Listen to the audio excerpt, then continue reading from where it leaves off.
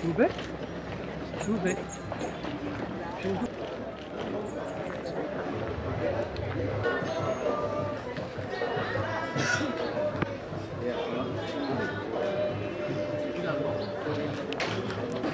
License piala, ya s'il vous plaît.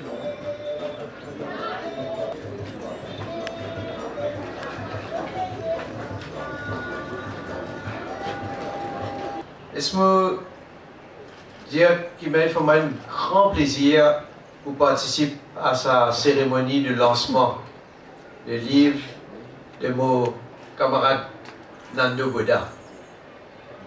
Un livre qui finit écrit par Nando Boda comme écrivain, mais pas comme ministre.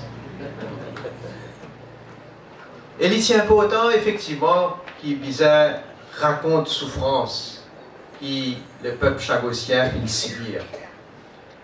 C'est même qu'il est important qu'il nous donne des voix de mémoire. Et vous besoin de dire un grand merci à nos camarades Nando, parce que ce livre, ou définitivement, est tout du monde, mais aussi à une génération à venir, pour prendre conscience de l'ampleur de ce drame humain qui tout ban sœur et tout ban frère chagossien fin affronté. Vous allez dire qu'il fait encore plus important parce que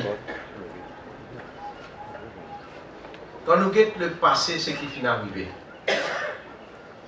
Et quand nous guettons effectivement, comme on soulignait tout à l'heure, l'indifférence d'un certain nombre de Dimoulins par rapport à sa drame, sa souffrance, sa déracinement qui finit dans là.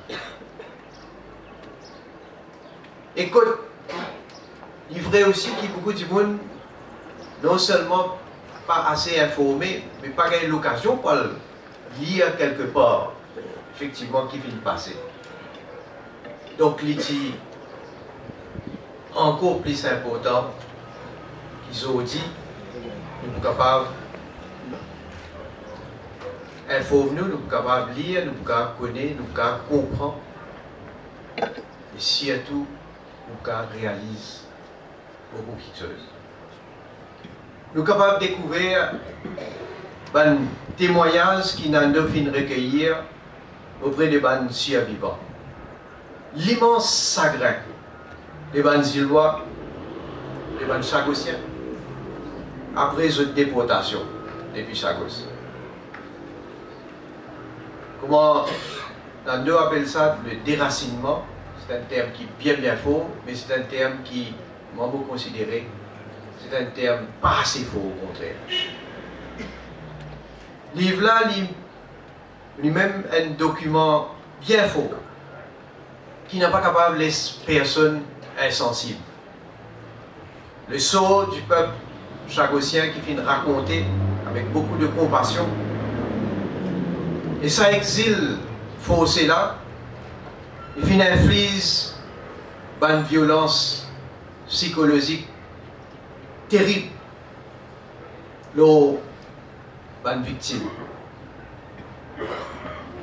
Moi, je considère que le livre est d'une grande qualité parce qu'il fait deux quelque chose à la fois. D'abord, tout le fait qu'il est rapporté, vous êtes bien fidèle à la réalité historique. Et ensuite, description qu'il livre là donnée de la souffrance, la tristesse du peuple chagossien, il certainement provoque une émotion intense quand on l'y a dit. En tout cas, Nando bien résume la colère de tout ban mauricien face à cet épisode sombre de nos histoires.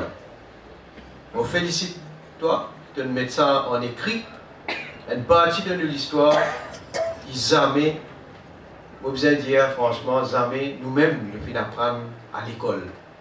Et mon peu n'a doute que le ministre de l'Éducation là, les Poubisains dorénavant font partie de l'histoire de nos pays et ce qui le peuple cultive.